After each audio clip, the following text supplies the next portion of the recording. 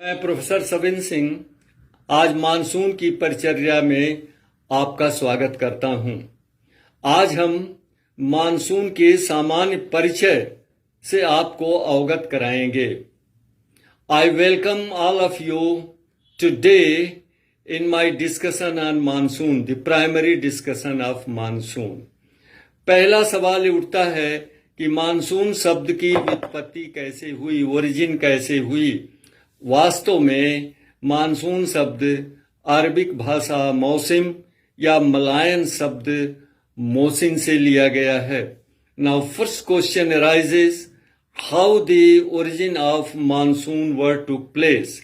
In fact monsoon word has been derived from Arabic word मौसिम or Malayan word mosin, which literally means that is the reversal of wind direction twice a year, जिसका शाब्दिक अर्थ होता है कि वर्ष में वायु की दिशा में 2 बार पूर्ण परिवर्तन जहां पर होता है।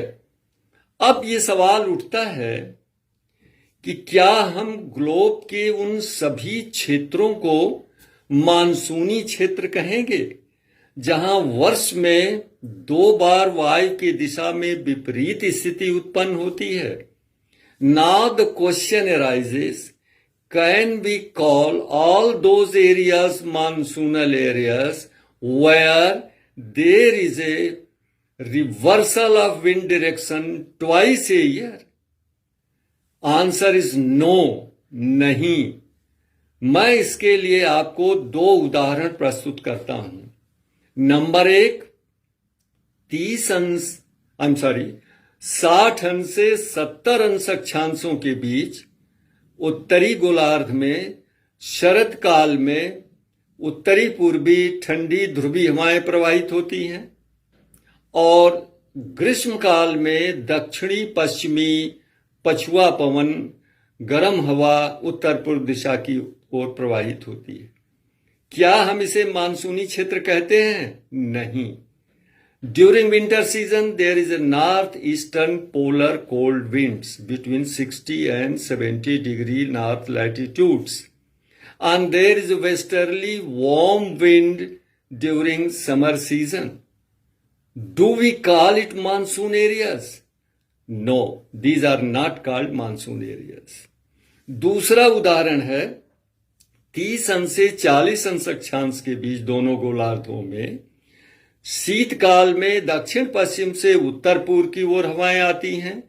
चूंकि ये हवाएं समुद्र के ऊपर से आती हैं इसलिए शरद काल में वर्षा करती हैं और ग्रीष्म काल में उत्तर पूर्व दिशा से व्यापारिक हवाएं दक्षिण पश्चिम दिशा की तरफ आती हैं।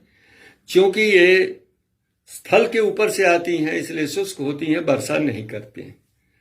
इस तरह से शरद काल में होने वाली वर्षा वाले क्षेत्र को हम एक विशिष्ट प्रकार की जलवायु से संबोधित करते हैं, वो रुमसागरी जलवायु है। Since the south western winds coming from over the oceans during winter seasons bring rain and northeastern trade winds coming from over the land during summer season are dry, no rainfall. So there is a winter rainfall, summer is dry, and a special type of climatic region is created that is called Mediterranean climate. But we don't call it monsoon areas. Why this is so? These 2 zones are the climatic zones are developed because of seasonal migration of wind and pressure belts caused by northward and southward migration of the overhead sun. ये क्यों उत्पन्न होती हैं? यहां पर wind direction में क्यों reversal होता है?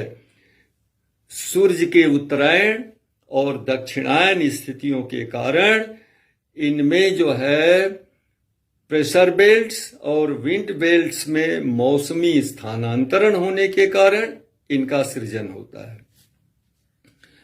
Now question arises then what is monsoon? So monsoon is a convective cell atmospheric system that is very much complicated, and that is originated because of differential heating and cooling of land and water surfaces caused by spatial variation in temperature. तब सवाल उठता है कि क्या monsoon है क्या? तो monsoon एक संवहनीय, कोशिकीय, वायुमंडलीय तंत्र है जिसका निर्माण स्थलीय भाग और समुद्री भाग के विभिन्न दरों से गर्म होने और ठंडा होने के कारण परिचालन होता है। और ये डिफरेंशियल कूलिंग और हीटिंग जो होती है वह तापमान के स्थानिक परिवर्तन के कारण होता है। This differential heating and cooling is caused because of spatial variation in temperature over the land and sea surface areas. अब सवाल उठता है कि कितने प्रकार के मानसूनी क्षेत्रों को धरातल पर निर्धारण किया गया है? How many types of monsoonal areas have been identified on the Earth's surface? Number one is the zone of true monsoon areas comprising Southeast Asia including India, South China and Western Madagascar. पहला क्षेत्र है वास्तविक विशुद्ध मानसूनी क्षेत्र जिसके अंतर्गत भारत सहित दक्षिणी पूर्वी एशिया, दक्षिणी चाइना और पश्चिमी मैडागास्कर तथा ऑस्ट्रेलिया के उत्तरी तटीय भाग को सम्मिलित करते हैं। And second zone is that of zone of monsoon tendencies और जोन ऑफ स्यूडो मानसून। दूसरा जो मंडल है वो मानसून की प्रवृत्ति वाला क्षेत्र है जिसे हम प्रच्छन्न मानसूनी क्षेत्र स्यूडो मानसून एरिया कहते हैं। इसके अंतर्गत हम दक्षिणी पश्चिमी अफ्रीका के तटीय क्षेत्रों Guyana, Sierra Leone, Ivory Coast, Liberia और उष्णकटिबंधीय पूर्वी अफ्रीकी तट तथा मेडागास्कर के पश्चिमी तट को सम्मिलित करते हैं।